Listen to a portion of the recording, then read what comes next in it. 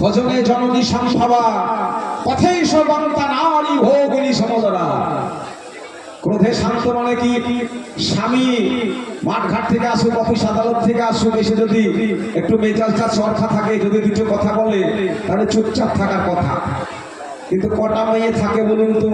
আমরাই গান বাজনা করে রাত্রি হয়তো 2-10 দিন পরে আমরা বাড়ি গিয়ে যদি আমাদের গিরনিকে দুই একটা কথা বলি, সে 20টা আমাকে শুনিয়ে দেয়। তাহলে বিবাহ করে পুত্রার্থে গৃহতে ভার্যা দুটো ছেলে মেয়ের জন্ম দেওয়া যায়, অর্ধাঙ্গিনী হওয়া পাওয়া তো সহজ নয়। ক্রোধে শান্ত রতি বেশ্যা, স্বামী স্ত্রীর মিলনকালে বেশ্যার মতো আচরণ করে স্বামীর মন ভোলানো। একটা বেশ্যার ঘরে যদি কোনো পুরুষ যায়, সে আমার মায়া ঢাল বিস্তার করে ওই খদ্দেরটা যেন আবার কাজ আমার ঘরে আসে। ক্রোধে শান্ত রতি বেশ্যা, ভোজনে জননী সম্ভবা। ভোজনের সময় 1 পিস মাছ থাকলে ভোজনের জননী মানে ছেলের মতো, ভোজনে জননী সভা মানে 1 পিস যদি মাছ থাকে, মা আমার নিজে না খেয়ে নিজের সন্তানকে খাওয়ায়, তাই তো? সেইভাবে স্বামী সেবা করা। পথে সমাজটা নারী ভগিনী সমদরা, পথে চলার সময় ভাই ভগিনীর মতো সম্পর্ক নিয়ে চলার কথা। হে নাতি ভাই, তোমার যুগে কটা মেয়ে চলে? কটা মেয়ে চলে? এরা পতিকে মেয়ে সেজেছে সতী। আমার মা ভগ্নী যা আছেন এখানে, মনে কিছু বলবেন, আমাদের একটা অভিনয়। যেমন অভিনয়ে ভাড়া করা মেয়ে আছে, একটা ব্রাহ্মণের ছেলে, একটা ছোট জাতের মেয়ে এলেও, বায়ানের মেয়ে বা হাজরাদের মেয়ে এসে তার বউ সাহায্য। যে মদ ছাড়া আসরে নামে না, সে আবার বিবেক দেয়, সে সাজা, সে অভিনয় শেষ হয়ে গেল তো 4 ঘন্টা পাল্লা হয়ে গেল, কে কাটবো, টাকা নিয়ে চলে গেল। সেরকম আমাদের একটা অভিনয় খেলে দিল। যে যেমন অভিনয় করে আমাদের পশ্চিমবঙ্গ সরকার তথ্য বিভাগীয় মন্ত্রী আমাদের এই কবিগানের নাম দিয়েছে জনশিক্ষা, লোকশিক্ষা। যদি জনশিক্ষা না দিতে পারা যায়, সে কবিয়াল তুচ্ছ, সে কবিয়ালের জীবনও তুচ্ছ, সেই কবিয়ালের গান শোনার কোনো সার্থকতা। তাই বলছি, এবার শুনে যাওয়া, জেনে যাওয়া।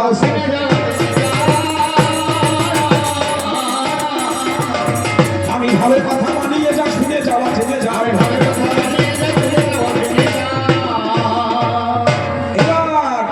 এবার জিজ্ঞাসা করেছে রাবণ, রাবণের কথা বুঝেছে। আমি আগে বলেছি, সেই ধান ভাইতে শিবের গীতকে হেলো না, তার কারণ আমি বুঝেছি তুমি সাধ্যের মন্ত্র ভালোই জানো, কিন্তু বিয়ে পড়াতে এসে ছাতনা তলায় যদি সাধ্যের মন্ত্র বলো তাহলে হবে। তাই বলছি, বলি জানো না তুমি সেসব খবর, আবার খবরের মধ্যে কত আছে যে যাব, খবরের মধ্যে আছে কত যে যাব। তুমি তোমার বর্তমানে যুগে, তোমার কলি যুগে কটা লোক সশরীরে স্বর্গে যেতে পারে? স্বয়ং রাবণ রাজা, তিলক বিজয়ী রাবণ, সেই রাবণ রাজা যুদ্ধ করতে গিয়েছিল স্বয়ং দেবতাদের সঙ্গে, তাদের সঙ্গে তোমার তুলনা হয় না, হতে পারে না, হবে না। আর তোমাদের এই কলিযুগের নীতি আমি আগেই বলেছিলাম, তোমরা যে হরিনাম নিয়ে মাথামাতি করছো, তা বললে তো হরিনামের বয়স কত? তুমি ছেলের বয়স জানো না, বাবা কিসের হে? তুমি কেমন বাবা হে? ছেলের বয়স জানো না, কেমন বাবা? হরিনামের বয়স কত জানো না? আবার এরা কি বলে? নাম যজ্ঞ, নাম যজ্ঞ, একবার কৃষ্ণ নামেই যত পাপ হারে, পাপীর বাবার সাধনাই তত পাপ করে। রাম আর কৃষ্ণ হলে সব আমার কালে নোট তোমরা ভাঙিয়ে খাচ্ছ। নাম যজ্ঞ, নাম যজ্ঞ, আর নাম যজ্ঞের শেষে কি হয় মা? নগর কীর্তন, ধুলোট যাকে বলে, ধুলোট হয় না? কি বলে ধুলোটে? গৌর আমার কাঁচা সোনা, ধুলাই পড়িলে আর পাবো না।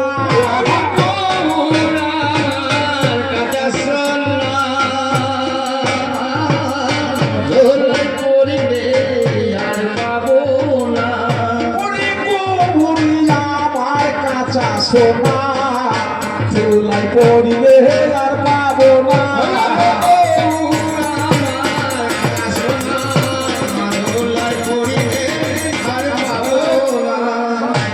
আচ্ছা বলুন তো মা, ধুলা যদি আপনার যেতে যেতে কানেরটা পড়ে যায়, গলার সোনার মালাটা যদি পড়ে যায়, এমনকি টাকা পয়সাও দিলেও পড়ে যায়। কবি গান করলেই হবে নাকি? কবি গানের ভিতর আছে রস, বেদানার যেমন উপর শুকনো থাকে, ভেতরে ভাঙলে একবার রসে বাবুটুকু, জিলাপিটার উপরে রস থাকে না, ভেতরে কামড় দিয়ে একদম রসে মুখ ভরে যাবে। কবি গানটা ঠিক তেমনি গান।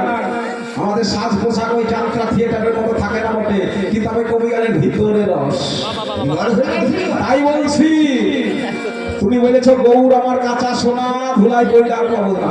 তাহলে টাকা পয়সা পাওয়া যায়, সোনা দানা পাওয়া যায়, আবার আইসক্রিম যদি হাত থেকে পুড়িয়ে যায়, তাহলে আইসক্রিমটা গড়িয়ে যাওয়ার পরও পাওয়া যায়, খুঁজে পাওয়া যায় না। তাহলে তোমার একটা জ্ঞান করা দরকার। কোন ধুলাতে গৌর পড়ো, তুমি যে কেন পাই না বলো?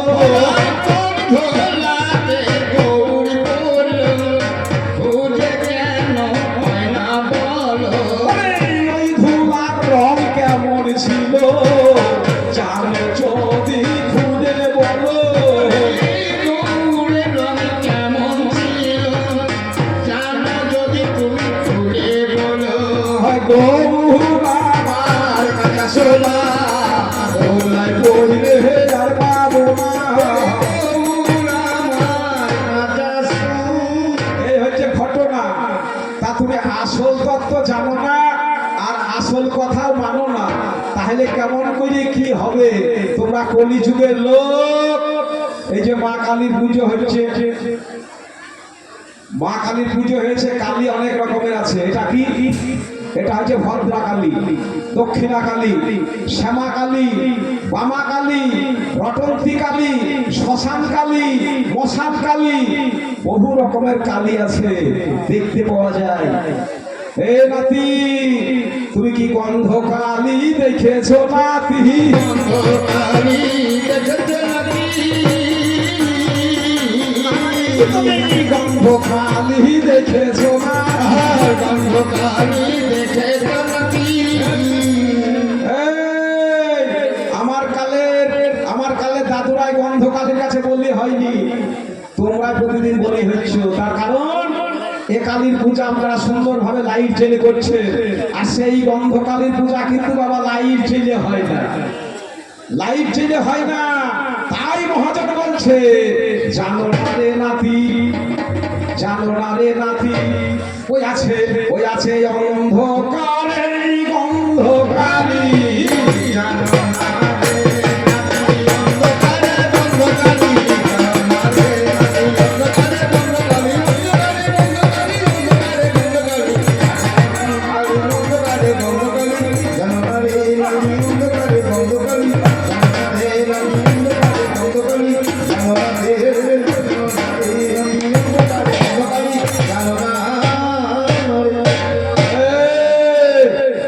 এটা আমাদের মনসামঙ্গল দলের মাস্টার, আজ কবির দলে এসেছে, আপনারা অনেকেই চেনেন। মনসামঙ্গল দলের মাস্টার, মনসামঙ্গল করার কবি লড়াই করা সমান নাই। কবি গান হচ্ছে সমস্ত গানের মধ্যে লড়াই করা গান। কবি আলের রক্ত যখন গরম হয়ে যাবে তখন কাউকে খাতির করবে না, প্রধানমন্ত্রী মুখ্যমন্ত্রীকে খাতির করে না, তাতে জেলে ঢুকতে হয়। তুই জানো কবি গানের ধর্ম? তাই বলছি, জানো না রে রাতি অন্ধকারে গন্ধ কালী,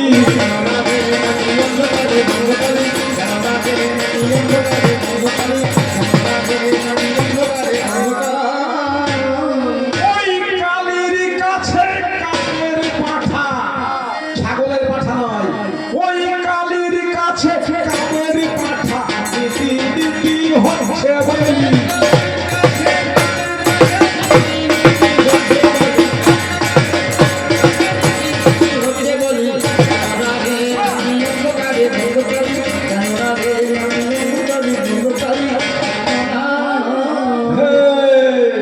আপনাদের মা কালী পূজা অমাবস্যা, অমাবস্যা না হলে শনি মঙ্গলবার ছাড়া পূজা হবে না। কালী পূজা, এই মা কালীর পূজা শনি মঙ্গলবার বা অমাবস্যা ছাড়া হবে না।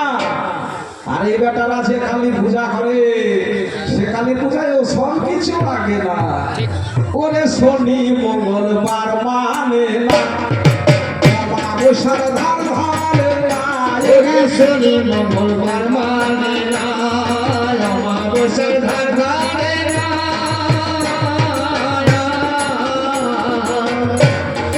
শনি মঙ্গলবার মানে না, অমাবস্যার ধার ধারে না, এই শনি মঙ্গলবার মানে না, অমাবস্যার ধার ধারে না। আমার বেদি মন্ত্র তাও মানে না, এরা বেদি মন্ত্র তাও মানে না, এমনি পূজা হয় গো।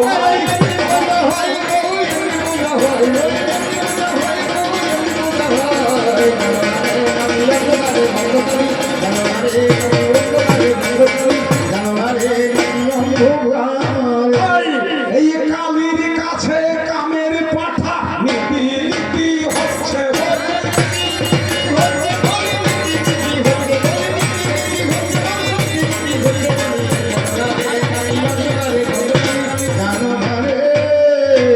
তাই বলছি যদি বোঝার মন থাকে বুঝে নাও না,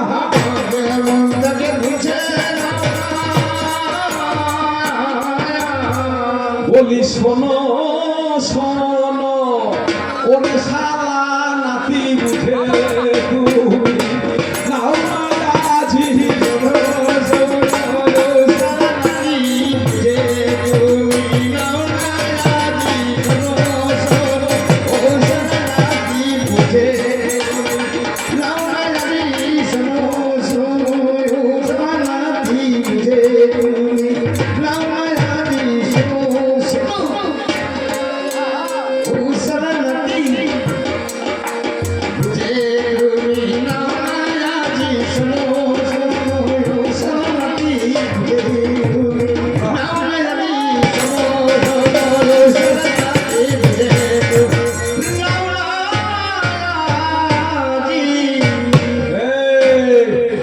একটা আমার কালে কি আর বলবো রে তোকে, 80 বছরের বুড়ি, 80 বছরের বুড়ি ওরে 16 বছরের যুবতী হইল,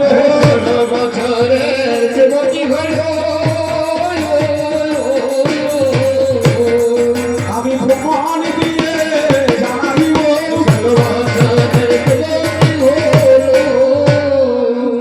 স্বয়ং কংস রাজা একটা যজ্ঞ করেছিল, তার নাম হচ্ছে ধনী যজ্ঞ।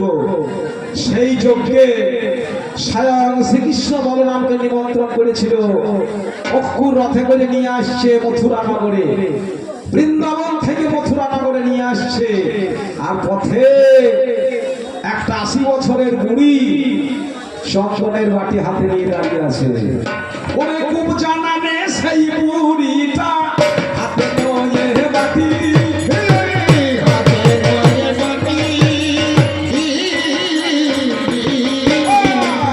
মথুরার পথে ছিল তাই বড়ি বাটি,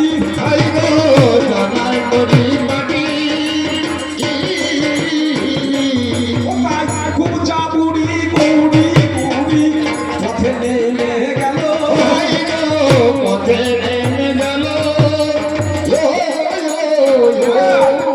চন্দনের পাটি নিয়ে তারা এলো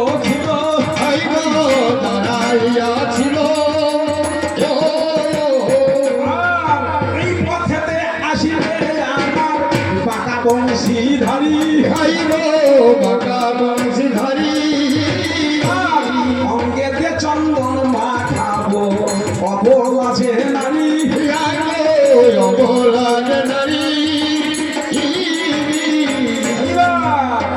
রথ নিয়ে খুব চলে এসেছে। খুব চাপুরি গুড়ি গুড়ি গিয়ে বলছে, হে প্রাণ গোবিন্দ, হে বাঁকা বংশীধারী, হে গিরিধারী, এবার রথ থেকে তুমি নেমে এসো, রথ থেকে তুমি নেমে এসো, মনের বাঞ্ছা পূর্ণ করো,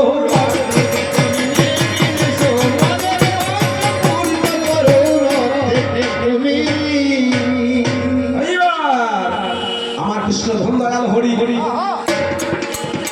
আমার কৃষ্ণ ধন দয়াল হরি।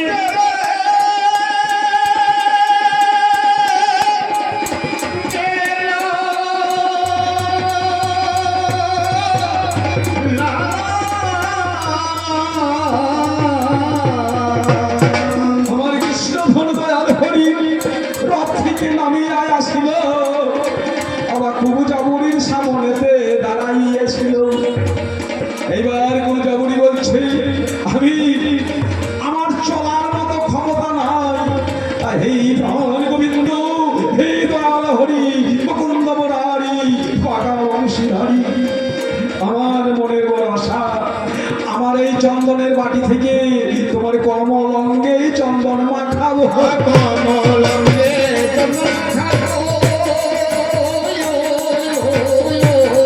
তোমার পদ্ম অঙ্গে চন্দন মাখাবো, কমলঙ্গে চন্দন মাখাবো, আমার নারী জনম ধন্য হবে। কমলঙ্গে চন্দন মাখাবো, আমার নারী জনম ধন্য হবে। হরি বল, হরি বল। হরি বল, হরি বল। 80 বছরের কুবজাবুরি চলতে পারছে না, চলতে চলতে আমার প্রাণ গোবিন্দের পদনে হাত পাচ্ছে না। তখন আমার গোবিন্দ ভক্ত বাঞ্ছা পূর্ণ করার জন্য ছোট্ট একটা বাচ্চা রূপ ধারণ করলো। লম্বা হয়ে থাকলে তার বদনে তো হাত পাচ্ছে না, ছোট্ট হয়ে যাতে কুবজা হাত পায়। এইবার তার বদন থেকে চরণ পর্যন্ত সমস্ত অঙ্গে চন্দনে মাখালো। অঙ্গে চন্দন মাখাবো, ওখান নারী জন্ম ধন্য হলো। সমস্ত অঙ্গে চন্দন মাখালো, নারী জনম ধন্য তাই হলো। চন্দন মাখাই থেকে প্রাণ গোবিন্দের পদ্ম অঙ্গে কুবজার যেমন অঙ্গ স্পর্শ হয়েছে, আর কিন্তু কুবজা 80 বছরের বুড়ি নাই, সে যে 16 বছরের যুবতী হলো। 16 বছরের যুবতী হলো, এটাই আমারই কালে হয়েছে নাতি 16।